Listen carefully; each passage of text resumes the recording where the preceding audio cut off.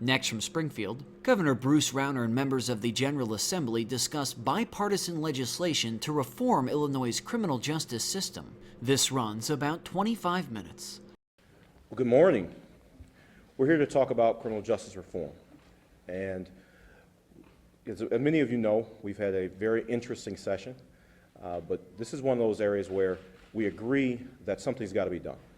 Something's got to be done for the benefit of our state, something's got to be done for our communities, and that's what we're working towards. Criminal justice reform is critical for the long-term health of our communities, long-term health of our state. So we're so glad that we can work together on this issue and many others. And that's because this is what Illinois is expecting and demanding from us. They're expecting that we're going to work together to get problems done on behalf of the people of the state. So I'm thankful that Governor Rauner took the leadership to get us started. And this is just the first step, because that's what it is. This is not the end of the process, the beginning. This process is going to continue. We're going to make sure that we're doing right by our communities. We're putting our folks back to work. We're making sure that individuals who are the most dangerous and are a threat to public safety, they're locked away. But individuals who need help and assistance, we're going to give them that. And that's what we're working towards. That's why I'm proud to stand here with my colleagues on both sides of the aisle and with the governor to make sure that we're working to get this done in a bipartisan manner. So thank you so much for everybody being here, and thank you, Governor, for getting this process started. Good morning. We have had a history of reflexive, tough on crime policies that was politically driven and easy for us to pass enhancements and create a situation where we're overcrowded in our prisons and we have policy that is incongruent. And I really want to applaud the governor because he and I had a conversation early on, and he acted early on to appoint a Criminal Justice Reform Commission. And the reason I would like to applaud the governor, because historically it's been the easy thing politically to maintain a focus on tough on crime. And it takes some courage to undo some of the things that we've historically done.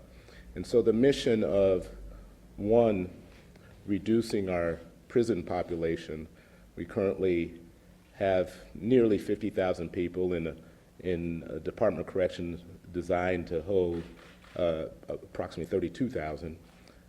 He set a concrete goal for us to strive towards, but not just that reduction in population, but a change in our policy so we don't go back to the same old reflexive policy that got us into trouble in the first place. So I want to thank the governor.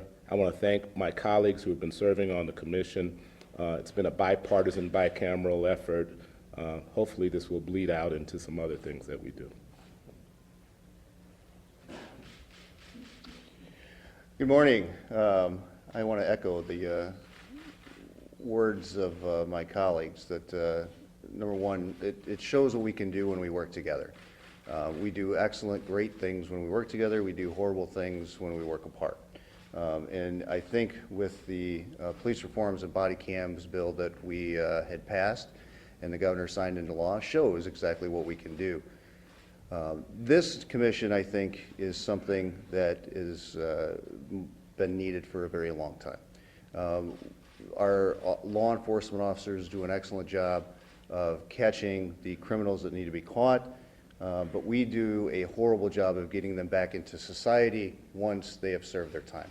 So I think with this commission, we can look at the aspects of the goal of making sure our taxpayers get the biggest bang for their buck. We've had some tough discussions. Those discussions have led to compromise. And at the end of the day, that's what we're going to have to pass these reforms through both chambers, and that's compromise. I think the temperature is here, that once we get to the best bills we can come up with through that compromise, they're going to fly through the committees, they're going to fly through the chambers, and shows what we can do when we work together. So, thank you. Good morning. Certainly an honor to be here this morning, and I, as well as the members of the commission and my colleagues that are here this morning, are committed to reforming Illinois' criminal justice system, and we applaud Governor Rauner for his support in this historic endeavor. As a former law enforcement officer, I have witnessed many needed changes to this current system. The bipartisan bills that this commission will be introducing we have developed and will hopefully set the standards for the other states to follow as we work towards a meaningful reform. And I, as well as the colleagues, as I've said before, we have a lot of work ahead of us to do.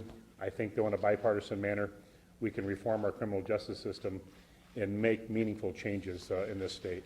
And I applaud, again, Governor Rauner for your initiative with this reform. Good morning or afternoon. I am grateful to be here because we are talking today about something that is really important in Illinois. We have a lot of subjects that we are debating on a daily basis, but addressing the problems in our criminal justice system is a very important program and subject for us to talk about. I want to thank my colleagues. I'm grateful to be serving with a very diverse bipartisan group of legislators who really have come together to solve a problem. Most importantly, I want to thank the governor for having the ability to see that we could do so much better in Illinois in how we treat this issue.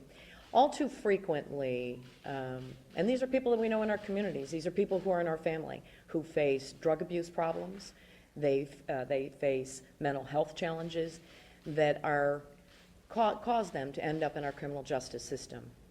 And the policies and the strategies that we have had in Illinois in the past have prevented those individuals from programs that allow them to deal with their core reason for ending up in the system.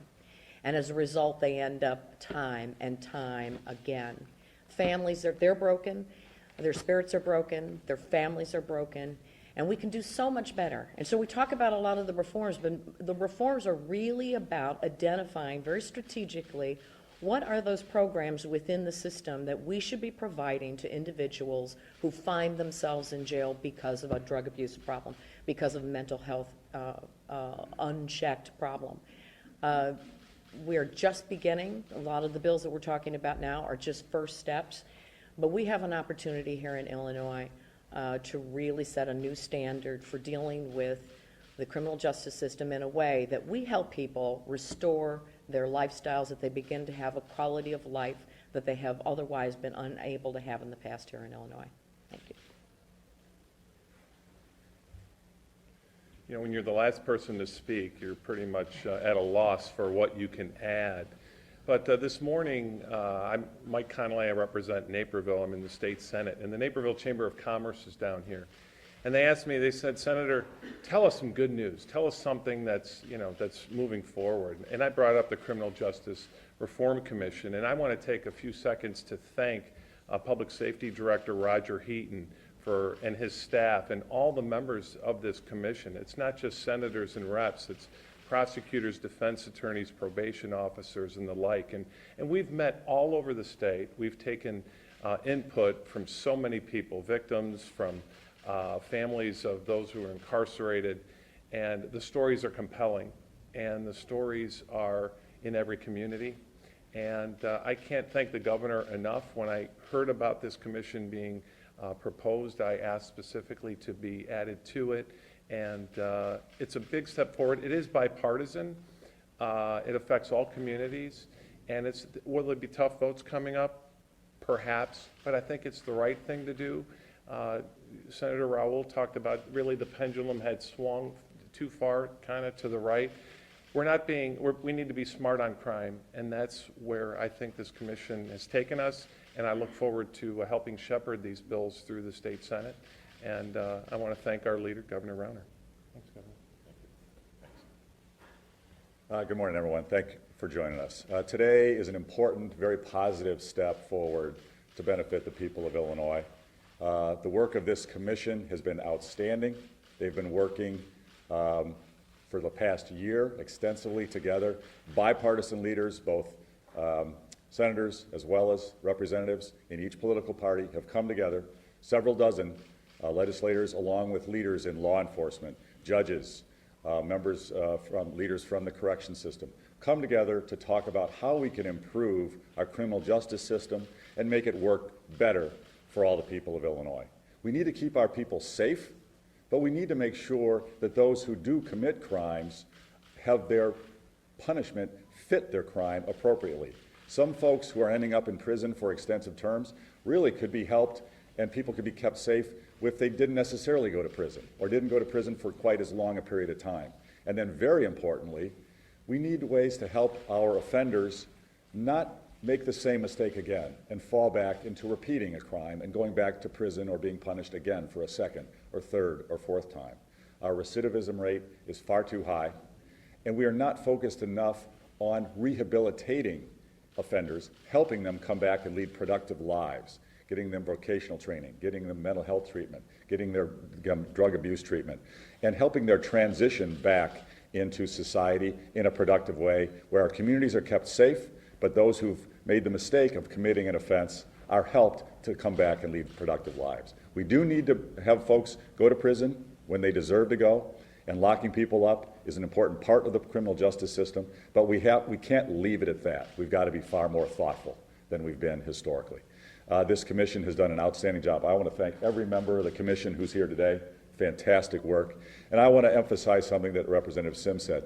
This is not the end of anything. This is the very beginning of a process that will go on for years to improve our criminal justice system, to keep our communities safe, but to help those who make the mistake of committing an offense come back and lead productive lives, lives that honor the law and where they're productive citizens, contributing in positive ways to our society. This commission proposed 14 initial recommendations, 14 recommendations. 3 of those are now in legislative form. We're introducing these bills on a bipartisan basis right now. Another 5 of their recommendations, our governor's office, our administration, can actually implement through administrative action. We don't need to wait for new legislation. We can actually do 5 of the proposals just by taking action within the governor's office. And our administration is already beginning the process to take action on those 5 specific proposals. Then we have another 6 proposals of the initial 14 that do need legislation to implement, and those bills will be coming in hopefully the very near future. We're taking this a step at a time. These 3 initial proposals are ones we think are relatively straightforward to do.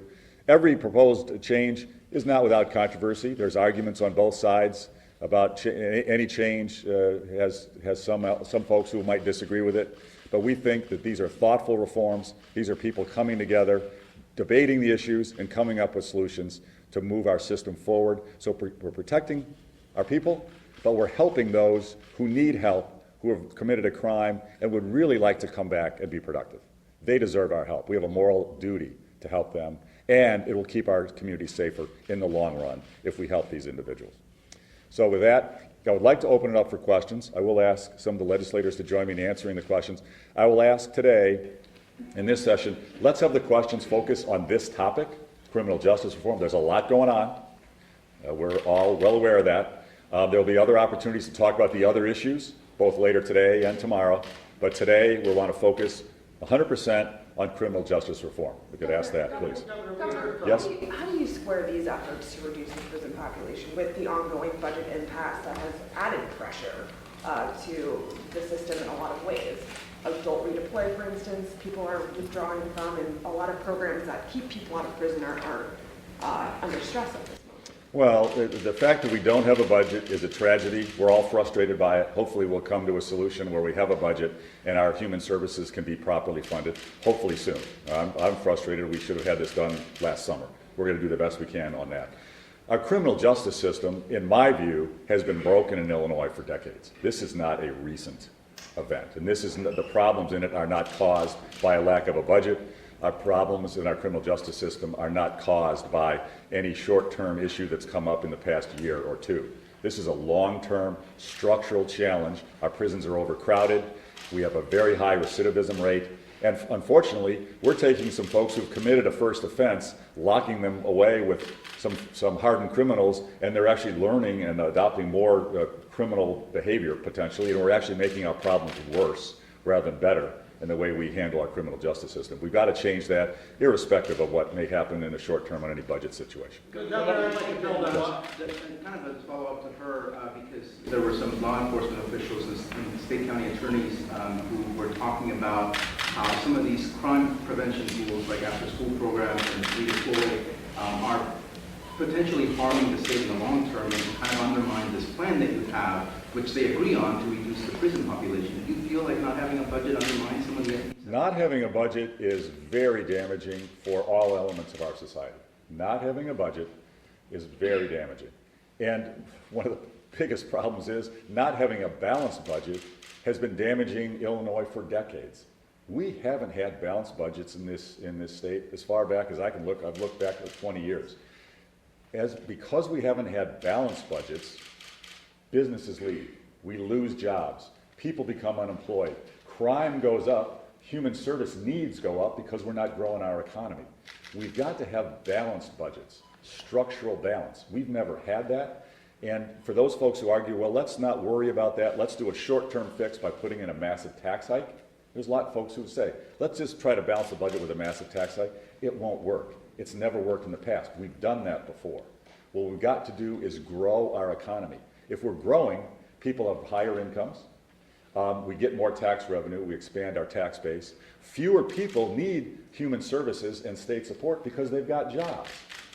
And the human safety net isn't as large. People don't have to resort to crime because they've got income coming into their family. We need to grow our economy. We need to put money into our school system and our human services, not into the bureaucracy. We've got to shrink the bureaucracy. The bureaucracy is consuming billions of dollars that should go to our human services and to our schools. And that excess bureaucracy and those unbalanced budgets scare employers from Illinois. We have fewer jobs in Illinois today than we had 17 years ago. We won't properly fund our correction system. We won't properly fund our health care or our human services or our schools if we're not growing. And here's a simple fact. If we had just grown at the nation's average, if we had just grown at the average of the 50 states, the average, not the high, just average. And we should grow better than average. I believe in the people of Illinois. We can grow better than average. If we'd just grown the average over the last 15 years, we wouldn't have budget deficit. We wouldn't have any unpaid bills. We wouldn't have needed the 2011 tax hike. And we would have $19 billion more to put into our school system and into our human services for adult redeploy and other things. We need to grow. We've got to stop thinking that a tax hike alone will solve our problems. That's the big issue. Governor, you walked through three Yes. bills that you're proposing here. Can you kind of give us a snapshot? Yeah, so I can give you the highlights. I'll ask legislators to come up and talk about the particular bills that they've gone deep on. One, make sure that folks who leave the correction system after they've served their time get a state ID so they can actually resume semi-normal lives fairly quickly.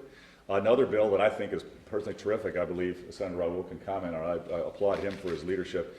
It focuses on expanding rehabilitative services and programming and the eligibility for that. And it also expands electronic monitoring so that the folks who can be out in the community relatively safely and are under rehabilitation, they can transition back into the community on a much more straightforward basis and a more successful basis in the long run.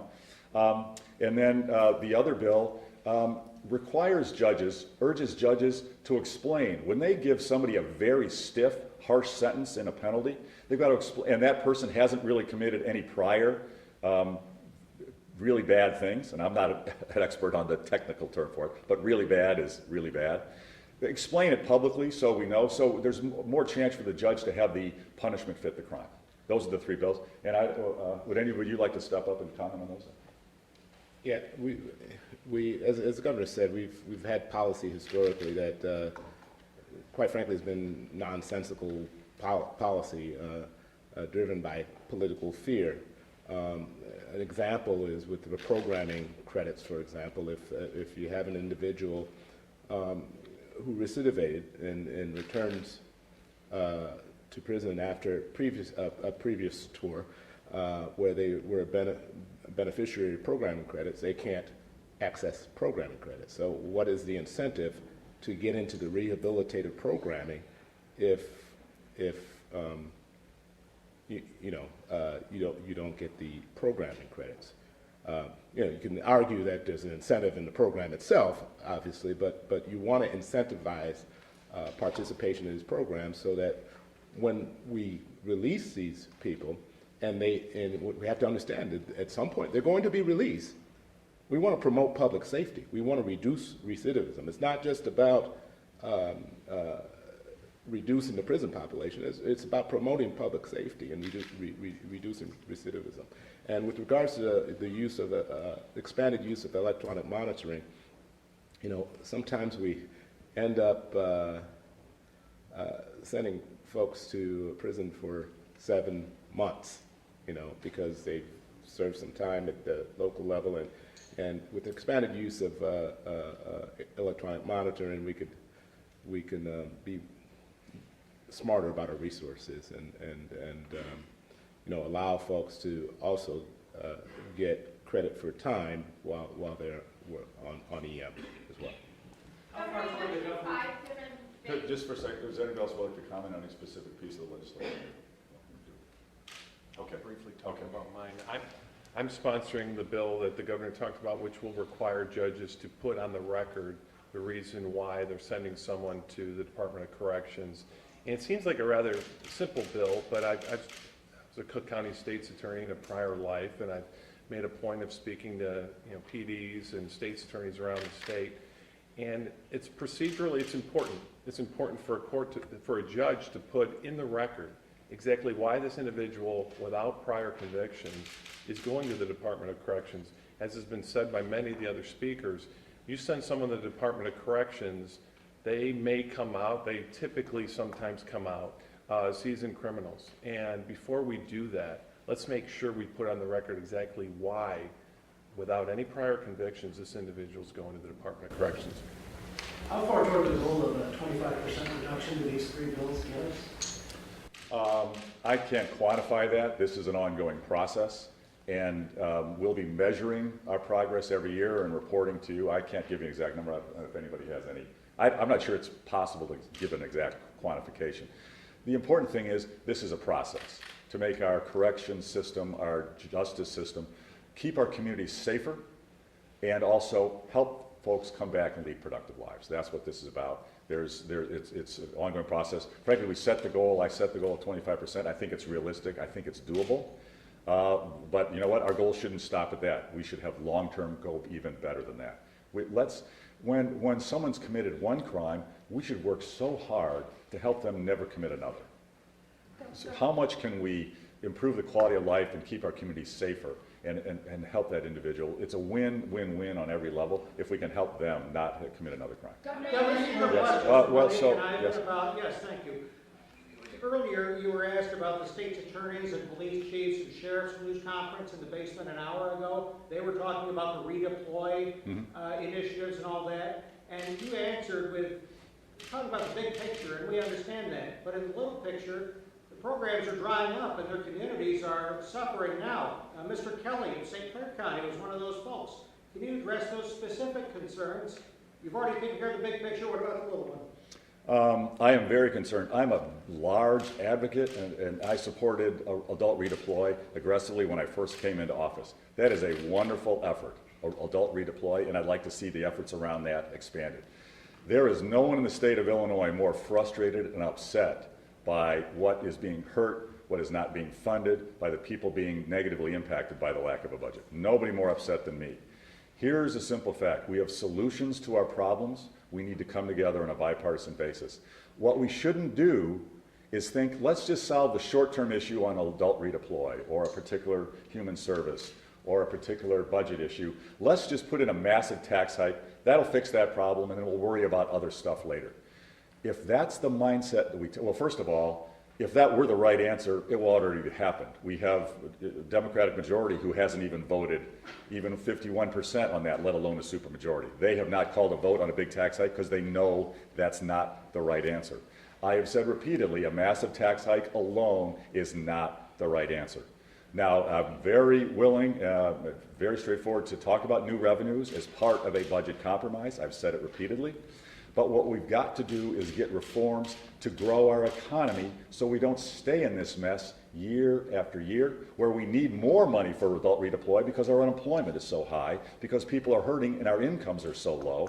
When we don't have economic growth, incomes for families fall. When we have rapid economic growth, incomes for families rise. We have lower family incomes today in Illinois than we had 7 years ago. And it actually, when I've seen the data, it's actually lower than 19 years ago. And we've got fewer jobs than 19 years ago. We've got to grow. If we can combine some new revenue compromises with pro-growth reforms, we will solve many of these problems for the long term, which is what we've got to focus on. Thank you, everyone. Thank you. Thanks, everybody. You're watching the Illinois Channel, an independent nonprofit corporation formed to provide gavel-to-gavel coverage of Illinois state government and other public affairs events taking place across Illinois.